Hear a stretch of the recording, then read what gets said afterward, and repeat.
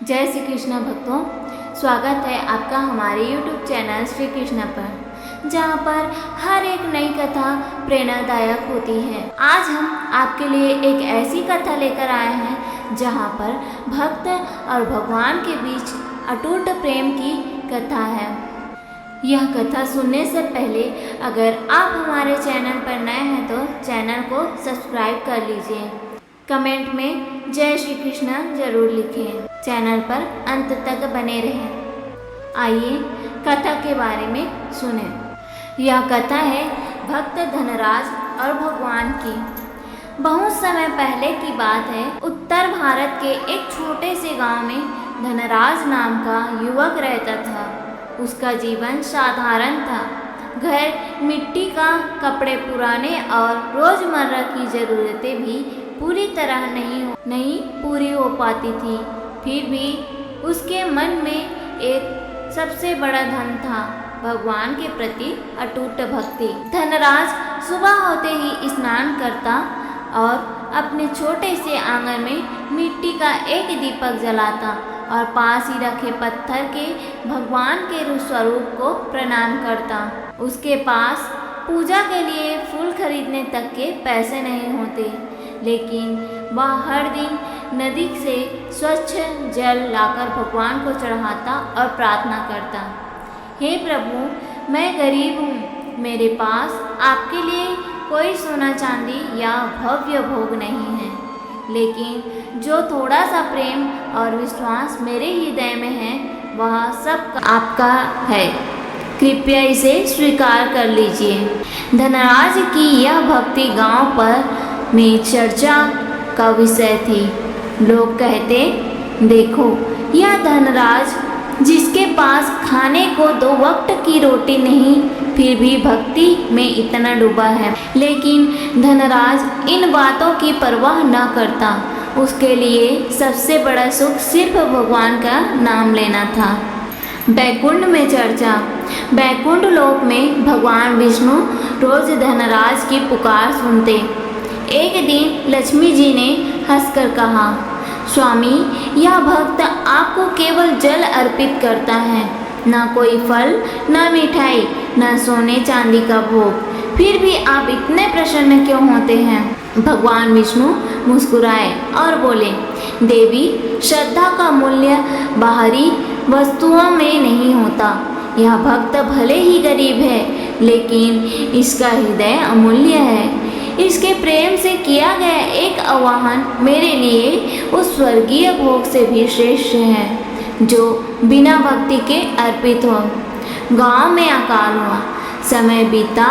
अचानक उस गांव में भीषण अकाल पड़ गया। खेत सूख गए, तालाब सूख गए और लोगों के घरों में अन्न का एक दाना तक न बचा। लोग भूखे प्यासे मरने लगे। धनराज के घर में भी हालात खराब हो गए। कई दिन तक उसने आधा आधा खाकर गुजारा किया, लेकिन जैसे जैसे भूख बढ़ती गई उसका शरीर कमज़ोर होता गया। फिर भी उसने अपनी पूजा नहीं छोड़ी।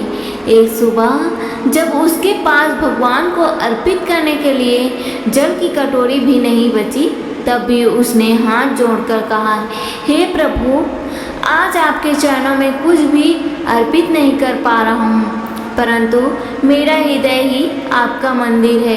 कृपया इसे स्वीकार कर लीजिए। उसकी आंखों में आंसू बह निकले। दीपक की लौ मानो उसके आंसुओं को देखकर और तेज जल उठी। साधु का आगमन हुआ। उसी समय उसके दरवाजे पर दस्तक हुई। दरवाज़ा खोलते ही उसने देखा कि एक तेजस्वी साधु खड़े हैं। उनके चेहरे पर दिव्य आभा थी। साधु ने मुस्कुराकर कहा, बेटा, मैं कई दिनों से भूखा हूँ, क्या मुझे कुछ भोजन मिलेगा? धनराज की दिल बैठ गया। उसने दुखी होकर कहा, गुरुदेव, क्षमा कीजिए, मेरे घर में तो खुद खाने को एक दाना भी नहीं बचा। मैं आपकी सेवा करना चाहता हूँ, पर मेरे हाथ खाली हैं। साधु ने बड़े विश्वास से कहा, बेटा, जरा अपने बर्तन खोलकर तो देखो। धनराज ने जैसे ही अपने बर्तन खोले वह दंग रह गया। कल तक जो बर्तन खाली पड़े थे वे अब चावल, आटा, दाल और घी से भरे पड़े थे। वह खुशी से उछल पड़ा और तुरंत साधु के लिए एक स्वादिष्ट भोजन तैयार किया। साधु ने प्रेम पूर्वक भोजन किया और प्रसन्न होकर कहा, धनराज, तुमने अपनी भूख को भुलाकर पहले मुझे खिलाया, यह तुम्हारी भक्ति की पराकाष्ठा है। इतना कहकर साधु का रूप बदलने लगा। देखते देखते साधु भगवान विष्णु के स्वरूप में प्रकट हो गए। भगवान ने धनराज से कहा, वत्स, आज मैं स्वयं तुम्हारे घर भिक्षुक बनकर आया था। तुम्हारी सच्ची भक्ति ने मुझे यहाँ आने के लिए विवश कर दिया। अब यह अन्न तुम्हारे घर से कभी समाप्त नहीं होगा। जब तक तुम इसे दूसरों में बांटोगे यह बढ़ता ही रहेगा। धनराज भाव विभोर होकर भगवान के चरणों में गिर पड़ा। उसकी आंखों में खुशी के आंसू बहने लगे।